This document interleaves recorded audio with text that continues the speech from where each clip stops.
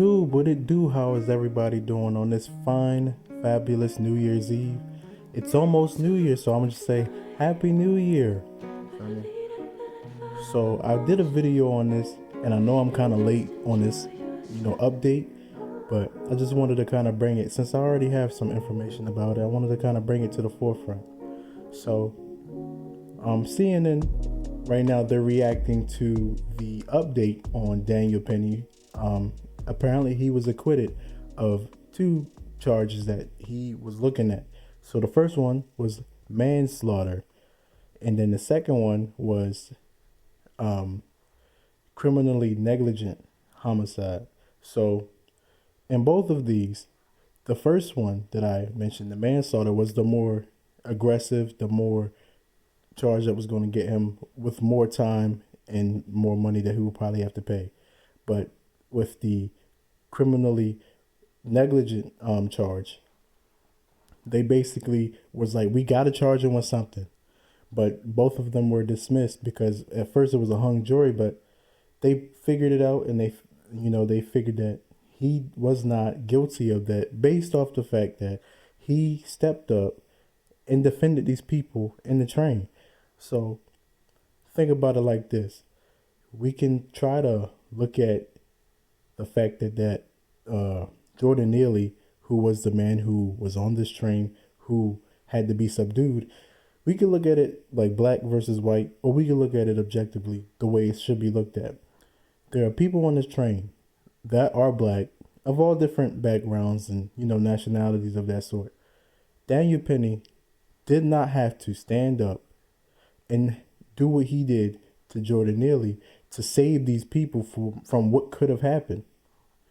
And again, the issue is we'll never know, and it's always going to be like, why did he hold him that long? Why was he in that position that long?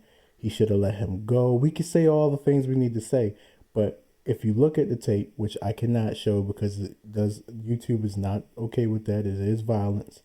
But if you look at the tape, Jordan Neely was still fighting, kicking, and if you look at Daniel Penny, who was on the bottom holding him up, he was trying his best to subdue him, and there were people there helping. So it wasn't a matter of him just trying to bully or him trying to utilize his size, him trying to, definitely wasn't him trying to take him out, which is the argument here. It wasn't a matter of this is this black guy who seems crazy. No, it was this man who was acting erratic. And what people don't know is Daniel Penny was a Marine. Marines and people who served in the military and things like that, they swear to serve and protect this country. So he's probably seen things. I don't know if he served in overseas, but he's seen things and he's trained to kill. And I'm gonna get into that in a little bit. But the point I'm making is he has a duty to serve and protect, just like a cop. So if he, not necessarily exactly like a cop, but again, to serve the country. So if people in the country are in trouble from what it could be an act of terrorism, why wouldn't he do what he was trained, what he vowed to do, and protect and serve this country? That only makes sense.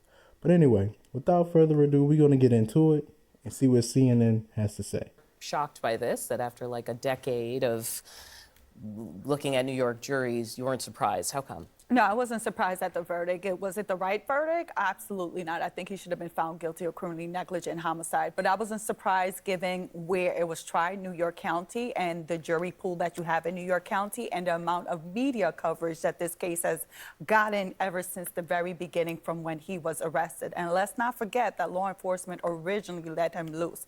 However, I will say I think the biggest mistake that was made was when the prosecutor dismissed the manslaughter in the second-degree charge on Friday. I think that left a negative taint on the case for those jurors. So whoever was standing and for context for people, the jury said it was essentially kind of deadlocked. They were struggling, and they ended up dropping one of the charges, I assume, in the hopes that they might find for the lesser charge. Yeah, so what I think is the prosecutor hedged all her bets that the issue was with the elements of the crime, and that's why she was fine and comfortable with saying, well, I'll dismiss the manslaughter in the second degree, and I'll just let you decide as to the criminally negligent homicide. But for those jurors that were probably steadfast on that this man is guilty on manslaughter in the second degree, now they're left with egg on their face when they're looking at the other jurors and Why? be like, Why look, couldn't they have just said he's guilty of that? Okay, you're saying he's not guilty of man two. Well, then I feel if I felt he was guilty of manslaughter in the second degree, then I definitely feel he's guilty of the lesser included charge of criminally negligent homicide. But in fact, that's not what happened.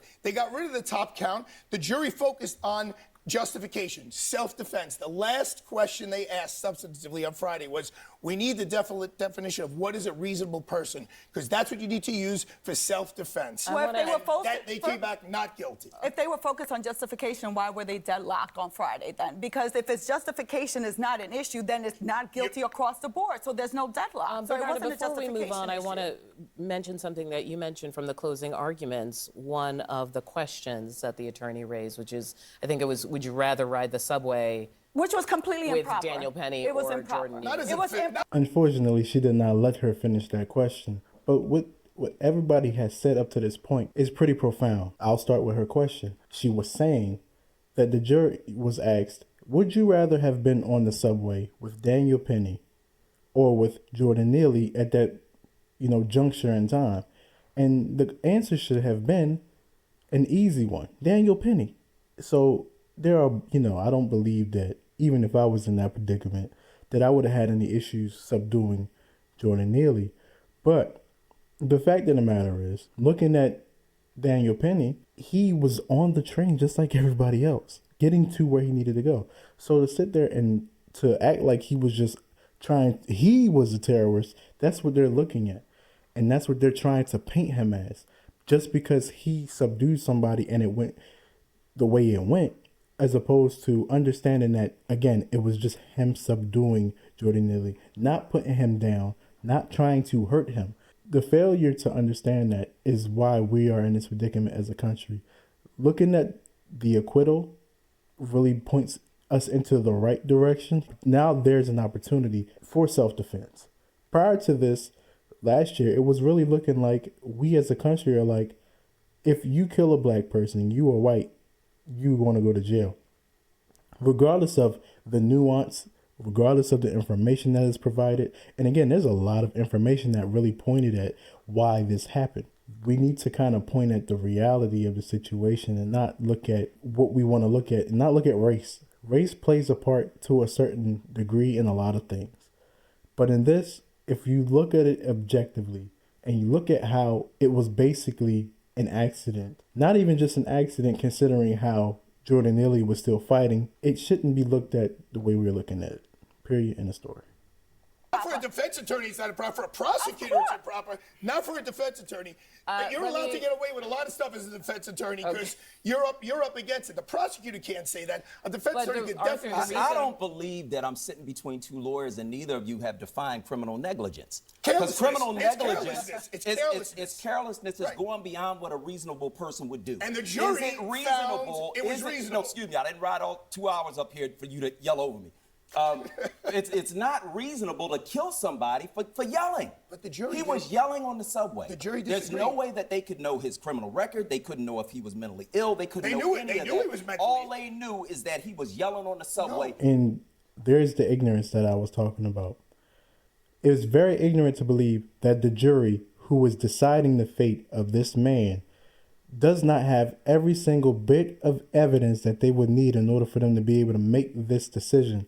Obviously, they knew about Jordan Neely's mental health. They knew about his drugs. They knew that he was actually a convicted criminal prior to this. He had been convicted of crimes 40 somebody times. So to sit there and try to act like and then the people on the train might have known him, but they didn't. They knew, some of them probably knew him as the Michael Jackson dancer, the guy or the impersonator. So that might have been, the point that they were trying to make, to try to soften the blow of Jordan Neely and his untimely demise, but to really try to ignore the fact that he was dangerous and actually was actively dangerous because he shouldn't have been on the street anyway, considering his prior convictions to try to act like that's not the case and just look at it, oh, black man gets killed by a white guy.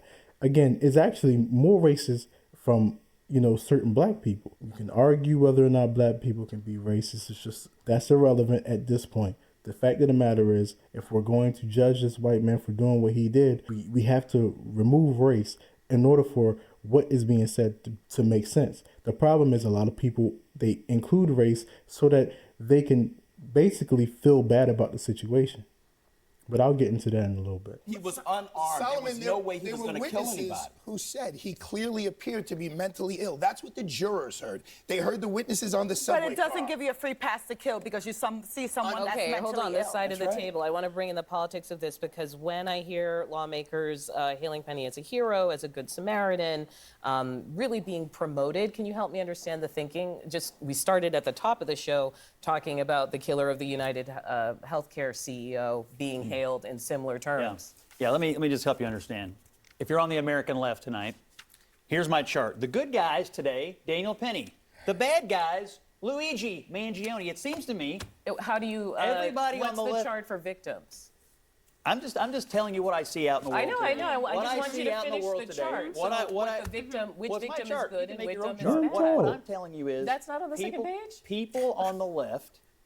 People on the left Scott, can't seem to tell the I'm difference not between the actually good guys asking you and the about bad guys. people on the left. I'm Well, asking you it's whether crazy. you consider this person. We had people praising I want Luigi to know and whether attacking you Penny. think One that, is good, as one is not. Congressman Crane does, that Daniel Penny should get the Congressional Gold Medal to recognize his heroism. I'm not asking you about anyone else. I think he ought to get medal. I think they ought to build a statue to this guy in New York City. I think that race. Scott, I you think lost that. God, Jenner's always gotta say something off the cuff. Although what Daniel Penny has done was very valiant, I do feel like it's a bit far-fetched to say he deserves a statue. Does he deserve some kind of recognition? Certainly, because there will be black people who could have been hurt because Jordan Neely was actually convicted of hurting a woman and breaking her orbital bone. So to try to act like he was not dangerous, again, is the ignorance I was just mentioning. He is dangerous. And nobody knew that thoroughly. I'm sure Daniel Penny didn't know that. But if we want to continue to ignore the fact that this was a convicted criminal that was walking the streets without any type of deterrence, because obviously being locked up can't be a deterrent if you have been convicted of a crime 43, I believe, 43 times, obviously you feel like it's okay to go out there and do what you want to do. Again, the criminal system, this is what it's for, to allow people who are mentally ill, who are drug addicts, who are doing XYZ to be able to have some kind of reform. Again, the argument can be that's not what it's for, it's locking black people up, blah, blah, blah. Granted, but the point I'm trying to make is the idea of it isn't to hurt black people. And Jordan Neely would still be alive had the people who had him in jail, or if they actually threw him in jail and did what they were supposed to do. He needed help.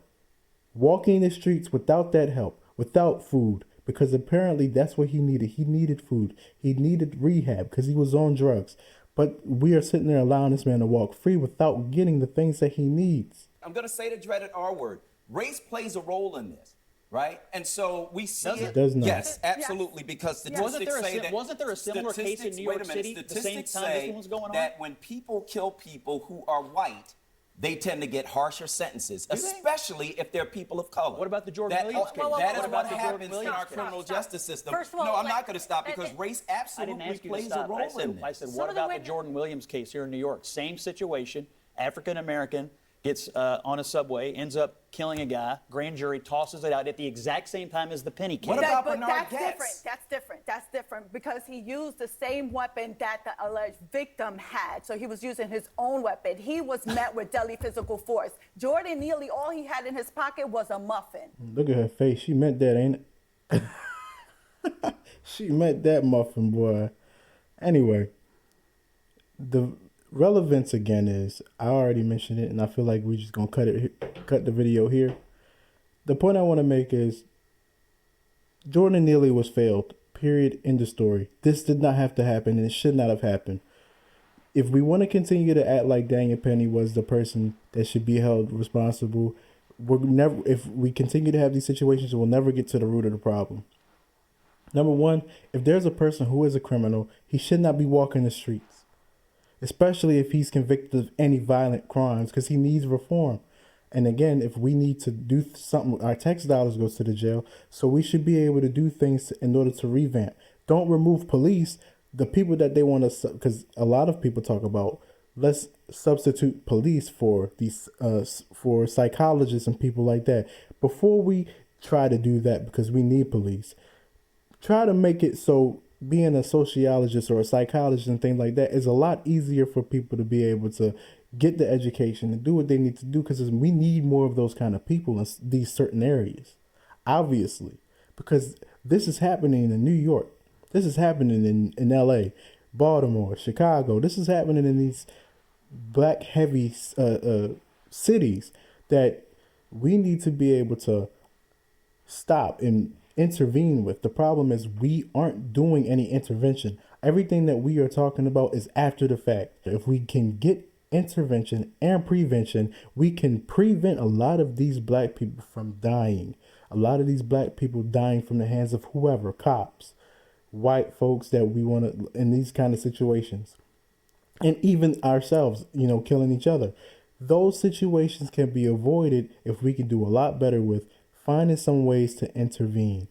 The money that we have going into some of these inner cities isn't going to programs that's going to allow young black men to be able to thrive.